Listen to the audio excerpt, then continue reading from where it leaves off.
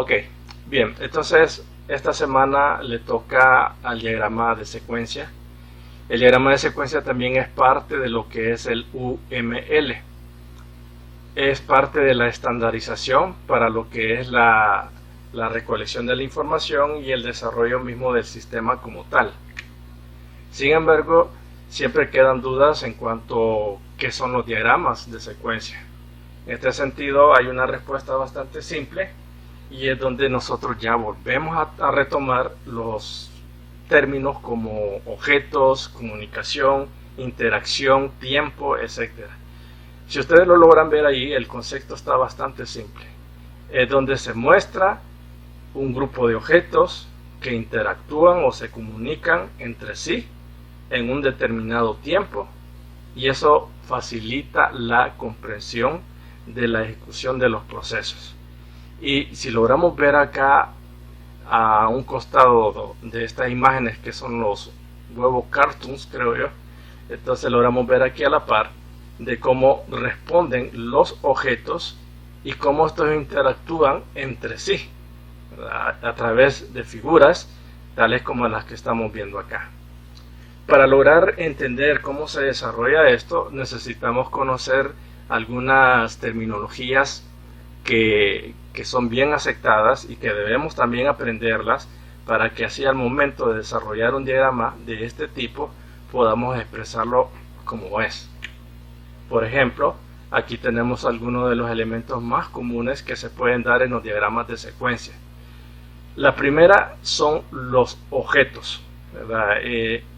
Casualmente los objetos pueden estar representados por figuras, en este caso a través de rectángulos con nombres normalmente subrayados. Mientras que las líneas que logramos ver ahí son los que conocemos como mensajes y aquí está remarcado como estímulos. Las líneas continuas con puntas de flecha, esas serían prácticamente los estímulos, y el tiempo está representado por una progresión vertical. Entonces logremos ver acá, aquí tenemos tiempo y estas líneas que logramos ver acá son nuestros mensajes. Mientras que esto que vemos acá abajo son como la línea de vida que tienen los objetos que se van a comportar dentro de nuestra figura. Y el periodo de actividad del objeto, que puede ser también trazado a través de un rectángulo vertical, a veces pueden ser repetitivos y en algunos casos pueden ser únicos y en otros casos pueden ser iterativos. Entonces el objeto, aquí no me voy a detener mucho, pero ya sabemos que en este tipo de esquema los objetos se representan a través de palabras subrayadas. Y sabemos que los objetos por naturaleza tienen características o propiedades y tienen métodos.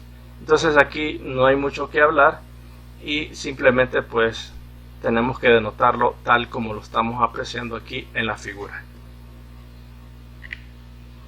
Los mensajes. Bueno, los mensajes, eso es lo que comúnmente nosotros hacemos, ¿verdad? Cuando enviamos mensajes a través de chat o mensajes a través de WhatsApp o algún medio de comunicación, esos mensajes tienen un significado. Lo mismo sucede también en este tipo de diagrama en el cual los mensajes tienen prácticamente una representación gráfica y estos se representan a través de flechas horizontales. Las flechas verticales no existen. Si acaso ustedes vieran un esquema y si ven una flecha vertical, no existe. Todos los mensajes son a través de representaciones horizontales y lo que hacen es unir la línea de vida de un objeto con respecto a otro. Por ejemplo, esta es la línea de vida con este otro y aquí tenemos otro objeto. Entonces significa que hay comunicación. Un objeto que puede ser derivado de una clase o de otra clase, puede ser que envíe un mensaje, envía un dato, dos datos, tres datos a otro y posiblemente este envíe un mensaje a otra clase. Pero de estos tres objetos, solo la segunda clase retorna un mensaje a la clase principal, es decir, a la primera que emitió el mensaje. No necesariamente los tres tienen que comunicarse. En algún momento, este puede enviar una comunicación o mandar un mensaje al segundo objeto, pero no al primero, o posiblemente puede enviarlo al primero. Eso va a depender de la naturaleza del problema. No es necesario de que los tres o los cuatro objetos que estén representados en el esquema tengan que tener comunicación total. Aquí tenemos los tipos de mensajes. Y si ya sabemos que los mensajes son envíos, tenemos mensajes simples. Los mensajes simples en este sentido son los que mandan el control de un objeto a otro, así como lo vimos anteriormente. Y estos objetos también pueden ser síncronos. Síncrono significa cuando el emisor manda un mensaje y este está esperando a que el destinatario termine y también le mande un mensaje. Y el asíncrono no espera que el destinatario pues le mande un mensaje. En este sentido, solo puede mandarse el mensaje y el mensaje puede hacer que regrese o puede hacer que quede ahí perdido. Entonces estos son los tres tipos de mensajes que podemos encontrarnos en los diagramas de secuencia: el simple, el síncrono y el asíncrono, ¿verdad? Entonces, repito, el simple solamente lo que hace es transferir el control de un objeto hacia otro.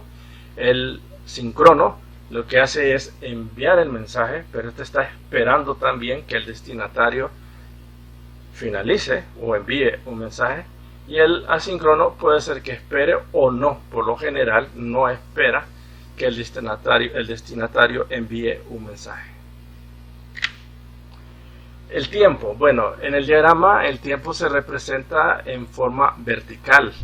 Y esto va siempre en la parte superior de lo que es el objeto, tal como lo logramos apreciar acá. En los diagramas de secuencia esto puede tener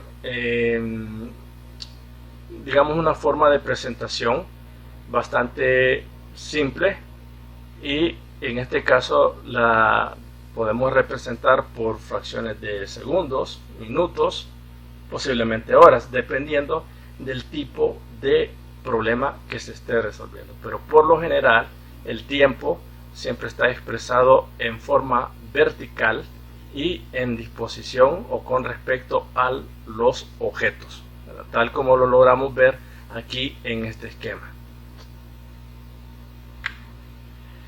Cuando hablamos de recursividad, recursividad es algo que también significa repetir, pero la recursividad es que regresa a sí mismo.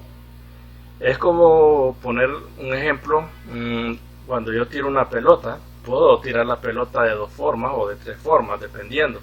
Puedo tirar la pelota hacia otra persona, ¿verdad? Y ahí se está dando un intercambio de mensajes. O también se puede dar la situación de que puedo tirar la pelota a un amigo, y este tira la pelota a otro amigo y el otro me la manda a mí. Ese podría ser otro tipo de mensaje que se envía. Pero sin embargo, también yo puedo lanzar la pelota hacia arriba y esta regresa hacia mí. Y puedo hacerlo 3, 4, 5, 20 veces, tirarla hacia arriba y esta volverá a caer en mis manos. Entonces, esa sería la recursividad. Es decir, que el mensaje puede caer de nuevo a la misma persona, o sea, al mismo objeto, y esto pues lo que hace es que los mensajes queden, como dicen, en bucle, en lazos. La forma representativa de la recursividad es esta: una flecha siempre de forma horizontal, pero que se redirija hacia sí misma. Esta es la forma común como se representa. Bueno, si vemos algunos ejemplos, podríamos poner este en forma de algoritmo, el más común, cuando usted presiona una tecla. No sé si usted en algún momento se ha puesto a pensar qué es lo que sucede cuando usted presiona una tecla alfanumérica, cuando está escribiendo, por ejemplo, en Word, y se genera un carácter y aparece de inmediato. ¿Qué es lo que sucede? Eso nosotros no lo percibimos porque ocurre en el instante, en menos de un segundo. Pero veamos qué es lo que sucede primeramente. La GUI, que en este caso es la interfaz gráfica, y si ustedes quieren lo podemos representar por Word, lo que sucede aquí es que Word notifica al sistema operativo que se oprimió una tecla. ¿Sí? Luego tenemos que el sistema operativo notifica a la CPU que se ha presionado esa tecla. Entonces el sistema operativo actualiza a Word con esa petición que hizo. Entonces la CPU notifica a la tarjeta de video y la tarjeta de video envía un mensaje al monitor. Entonces el monitor presenta el carácter alfanumérico en la pantalla. Significa que si usted oprime una A, esa A que oprime en Word, se le notifica a Windows. Aunque usted no lo esté viendo, pero eso es lo que sucede internamente en la computadora. Word notifica que usted presionó la tecla A, por ejemplo, a Windows, y Windows lo que hace es transferir esa petición a la CPU. La CPU lo que hace es prácticamente hacer otro proceso, es decir, le notifica a la tarjeta de video y la tarjeta de video envía el mensaje de que se imprima ese carácter en pantalla, y así el usuario es como lo logra visualizar. Entonces, si nosotros lo vemos de esa forma, eso podría ser un ejemplo de un diagrama de secuencia. Sin embargo, los periodos de tiempo es probable que no se pudieran medir debido a que se hace casi de inmediato, pero si se logra apreciar el algoritmo que logramos ver ahí de cómo se puede pulsar una tecla y qué es lo que sucede en la computadora, todos esos procesos para nosotros parecerían que son demasiados y podríamos decir, bueno, eso nos puede tardar quizás hasta media hora o 20 minutos en procesarlo, pero a la computadora le llevan escasamente fracciones de segundos. Entonces, si lo vemos de esa forma como algoritmo, así es como trabaja el diagrama de secuencia. Veamos este ejemplo. Aquí estamos viendo que se están mandando mensajes asíncronos, o sea, ningún objeto guarda la respuesta para continuar. Esto está sucediendo en base al ejemplo narrado que vimos anteriormente. Ahí tenemos a un usuario.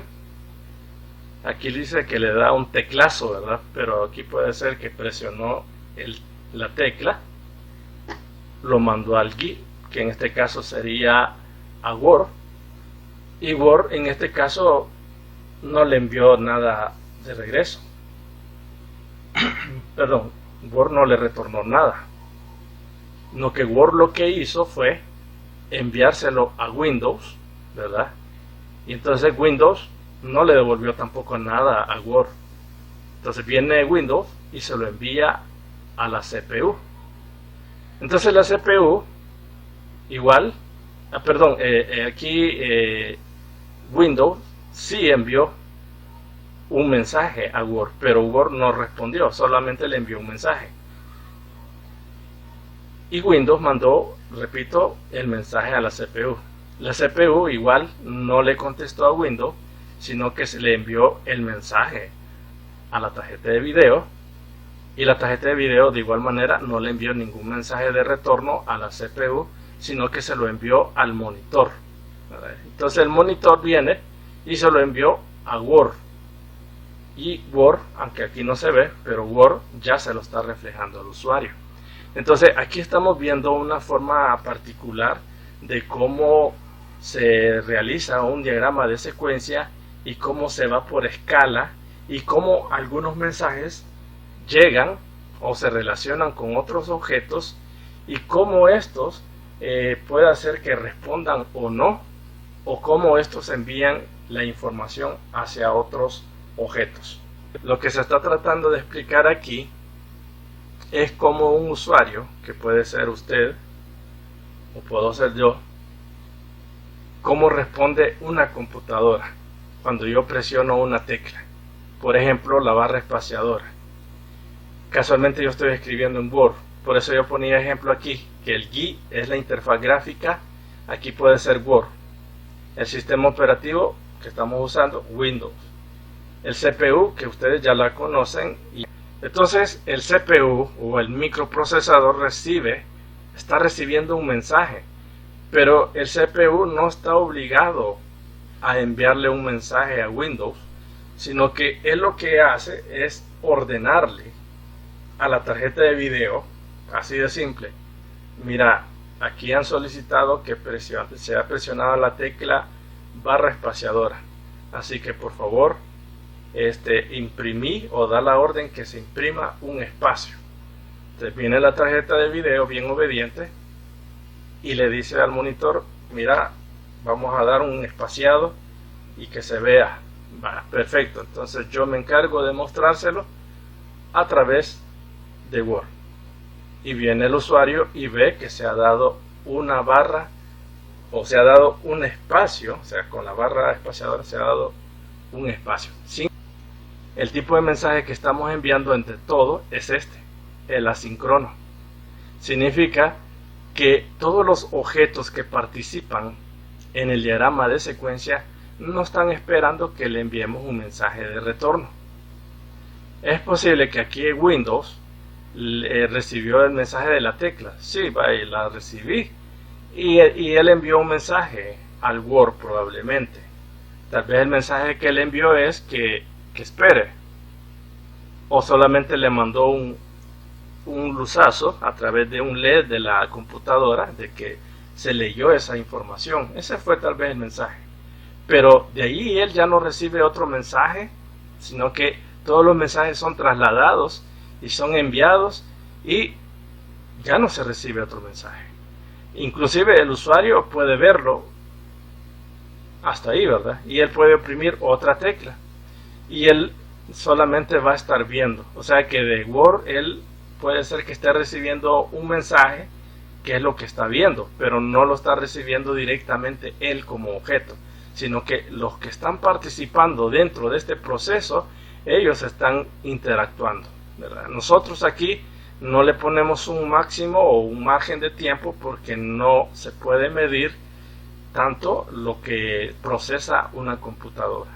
Entonces aquí vemos todos los objetos cómo interactúan y también vemos las características que están subrayadas. Vamos a ver, tal vez otro ejemplo nos pone muy en cuenta cómo es que funciona todo esto.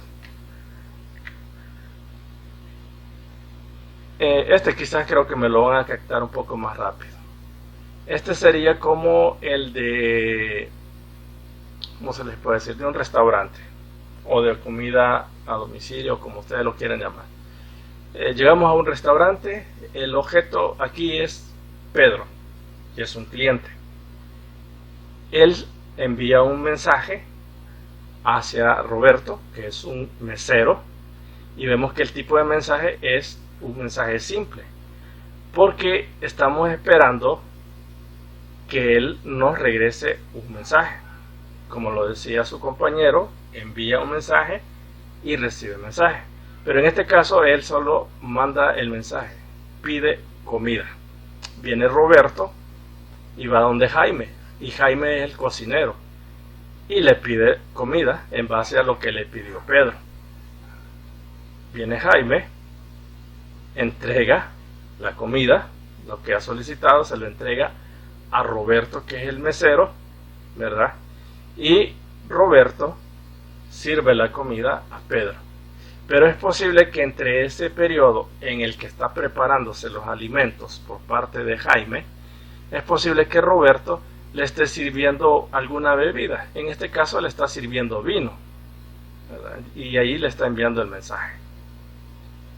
Una vez que se ha hecho ese proceso, aquí se rompe, digamos, el esquema, se rompe la relación con los objetos de Pedro con Roberto y Roberto con Jaime, y Pedro lo que hace es pagar, pero no le paga a Roberto, no le paga a Jaime, sino que le paga a René, que es el cajero. Entonces aquí esto significa ruptura, significa que ya no tiene relación con los otros dos objetos. Entonces viene Pedro y va donde René y paga lo que él ha consumido en el restaurante.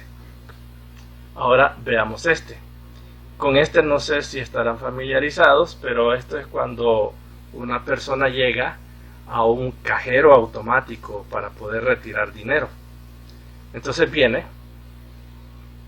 el usuario, ¿verdad? Así se llama el objeto, usuario, y él se va a relacionar con otro objeto que se llama el ATM, es decir, el cajero. Él lo que hace es, como mensaje, le envía la tarjeta, es decir, le inserta la tarjeta, y el ATM le envía otro mensaje al usuario pidiéndole la clave. Entonces viene el usuario e introduce la clave, tal como lo estamos apreciando acá, y entonces el cajero viene y se relaciona con el consorcio, verifica la cuenta. El consorcio en este caso podría ser, qué sé yo, alguna empresa intermediaria entre el banco y el ATM, o el que ofrece el servicio del ATM. Él lo que hace es verificar, ¿verdad?, la cuenta. Entonces el consorcio viene y manda al banco que verifique la tarjeta. Es decir, aparte de verificar la cuenta y luego verificar la tarjeta, el banco viene y lo que hace es que retorna el número de cuenta, es decir, lo valida, está de acuerdo. El consorcio, una vez que ha recibido el OK del banco, también manda la cuenta validada. Entonces el ATM, aunque aquí ya no se muestra, el ATM cuando ya tiene verificado todo eso, él hace entrega del dinero y el usuario lo que hace es retirar la tarjeta y ahí termina todo el proceso. Entonces, aunque esto parece muy complejo, ¿verdad?, pero para el usuario es bastante simple, porque solo llega el cajero, introduce la tarjeta, su clave y retira el dinero. Hasta ahí. Pero todo el proceso de validaciones, de ver si es la cuenta correcta, si la tarjeta no está reportada como robada, que tiene saldo, qué sé yo, cualquier cosa, a eso se refiere con verificar la cuenta y también verificar la tarjeta con el banco, con esta finalidad para que él pueda hacer el retiro del dinero. De secuencia, aquí logramos ver que estos representan una forma que si estará obligado a que se desarrolle o no. Por ejemplo, aquí vemos que una etiqueta está un operador que determina la modalidad de ejecución, etc. Y la alternativa se obtiene con la palabra op, ¿verdad? Y aquí va la condicionante. Esta se puede dividir en varias partes, en varias condiciones. Si la condición es A, si la condición es B, o en caso contrario puede haber otra alternativa. Aunque estos casos ya es cuando se desarrollan los esquemas un poquito más amplios, más complejos. Veamos aquí un ejemplo. Aquí tenemos el cajero, ¿verdad? El cajero inicia la venta, ¿ok?, en el sistema. El sistema envía la venta al cajero, ¿verdad? Y aquí ya se nos está dando el proceso de los OP que mencionábamos anteriormente, es decir, los marcos de interacción, que son llamados también como OP. Entonces aquí puede ser que haya entrada de producto, o sea, venta del producto, cantidad, etc. Pero esto es una repetición, ¿verdad? Esa es la alternativa. La otra alternativa que puede darse es que puede ser el fin de la venta y que puede haber un pago, ¿verdad? Estos son los mensajes que se pueden dar. Entonces estas son alternativas que se pueden dar. Puede ser que yo venda, pero también puede ser que entre producto, que en pocas palabras estas serían compras y que entran al sistema, mientras que estos van saliendo del sistema. Esto no lo voy a abordar mucho, pero esta es una herramienta que sirve para dibujar, hacer esquemas UML. Sin embargo, no es una herramienta gratuita, es una herramienta pagada, pero es una de las herramientas que quizás ha tenido más, llamémosle así, más aceptación. Se llama Rational ROS y prácticamente este cumple con el root, El root significa el Rational Unified Process, que es lo que rige el UML. Significa los esquemas, los diagramas, cómo son, cómo se utilizan, y esto lo utilizan prácticamente los arquitectos o los analistas de software, e inclusive los diseñadores de bases de datos y los desarrolladores de sistemas, porque ellos se basan en ellos para poder desarrollar sus productos o su software. Veamos acá. Voy a poner otro ejemplo también para que se comprenda la situación. Un ejemplo de interacción entre actores. Tenemos empleado, tenemos sistema y tenemos cliente. En un caso de uso nosotros lo representamos por monigotes o muñecos. En el primer lugar dice se elabora el diagrama de casos de uso y ahí lo tenemos. El cliente registra su comprobante. El sistema también registra su comprobante y el empleado registra su comprobante. Dependiendo qué es lo que se busca, el cliente puede ser que cuando ingrese al sistema, él solamente se registra, el empleado también solo se registra, y el sistema pues puede hacer que registre al cliente, al empleado, y puede hacer también que registre productos. Esto, digamos que es la parte de un gran sistema. Entonces acá no estoy mencionando si es parte de compras, de ventas. Aquí solamente estoy haciendo la aclaración que el cliente, el empleado y el mismo sistema, que puede ser el dueño, tienen acceso al caso de uso y que pueden hacer diferentes tipos de acciones, como las que ya están marcadas ahí. Ahora, si lo vemos desde esa forma, ahora, ¿qué pasaría en este sentido? Bueno, se tienen que ver las especificaciones de los procesos y es aquí donde sirven aquellos rectángulos. Si se recuerdan en una clase que estuvimos analizando, que por cada caso de uso se hace su predecesor o de quién depende, qué significa, qué hace, hacia dónde va.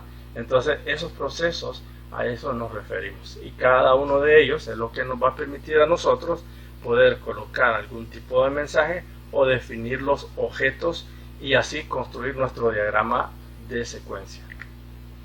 Y aquí lo vemos. El diagrama de secuencia se construyó de la siguiente forma. Aunque aquí no está diseñado el rectángulo, sino que se ha diseñado con los monigotes, aquí tenemos al cliente, al empleado y al sistema. Tal vez el caso de uso nos da una idea, pero aquí quizás nosotros lo vemos ya más desglosado y lo vemos ya con los mensajes definidos. Primero, el sistema dice que genera un nuevo cliente, y esto puede ser repetitivo, aunque aquí solo se da una sola vez, pero lo puede hacer varias veces. Posteriormente, para que esto funcione, ¿verdad? Para que se pueda registrar un nuevo cliente, se solicita un nombre. ¿Y a quién se le está solicitando? Al empleado. El empleado puede ser un vendedor, un cajero o que sea un ejecutivo de ventas. Y el vendedor le solicita el nombre al cliente. Entonces el cliente le facilita todos sus datos, en este caso su nombre. El empleado ingresa el nombre al sistema y el sistema solicita el apellido. Es como que estuviéramos viendo un formulario en una página web y que cada uno de estos elementos fuera un cuadro de texto que estaríamos rellenando.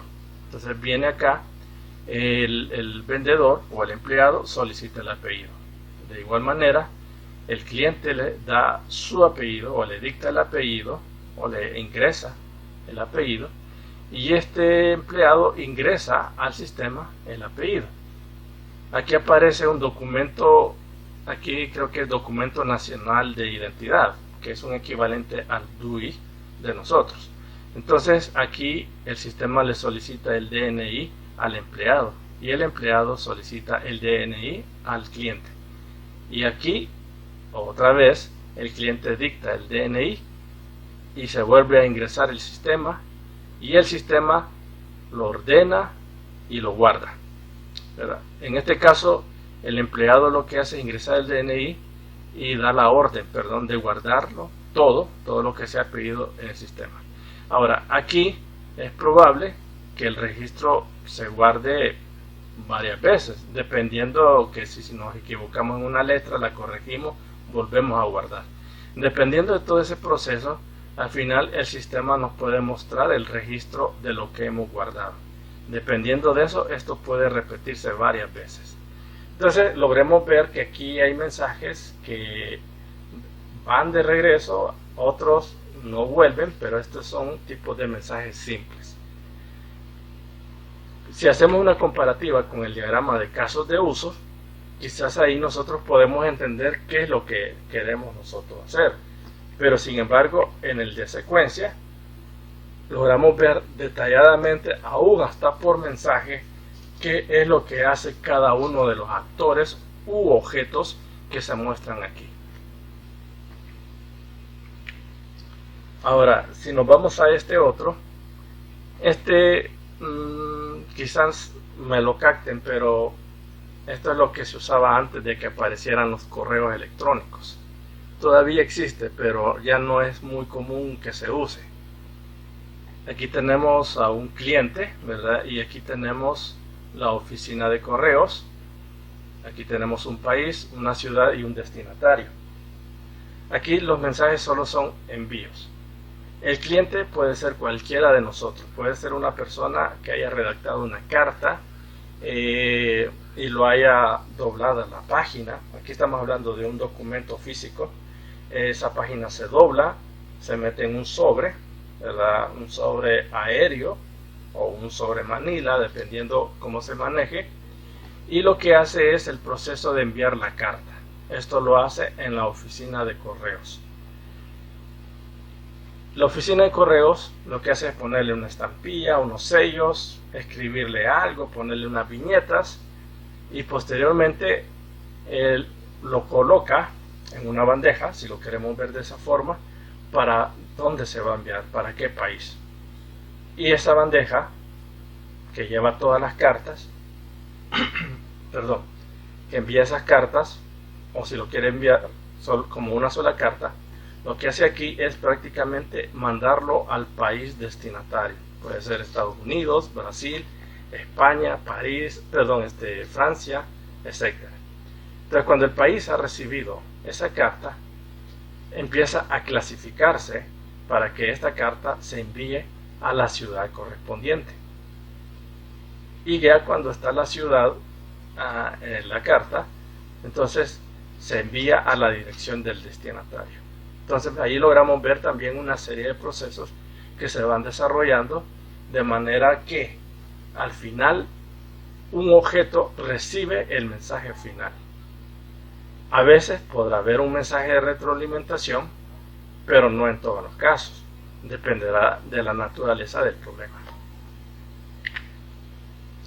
Y en este otro, que creo que sí tenemos bastante experiencia, es con respecto a las encuestas. Aquí tenemos un cliente, puede ser un estudiante, puede ser un cliente que va a consumir alimentos o a tomar bebidas, qué sé yo. Pero lo primero que sucede acá es que él selecciona el tipo de encuesta, porque pueden haber encuestas de satisfacción, encuesta de calidad de producto, encuesta de servicio, encuesta de, qué sé yo, de los costos del producto, de la atención, del sabor, qué sé yo. Pueden haber muchas cosas. Entonces él elige el tipo de encuesta. Aquí aparece GUI otra vez de la encuesta. Hay empresas como SurveyMonkey, creo que se llama uno. Ellos pueden también, SurveyMonkey puede desarrollar encuestas. Entonces esa sería una interfaz gráfica donde él puede contestar.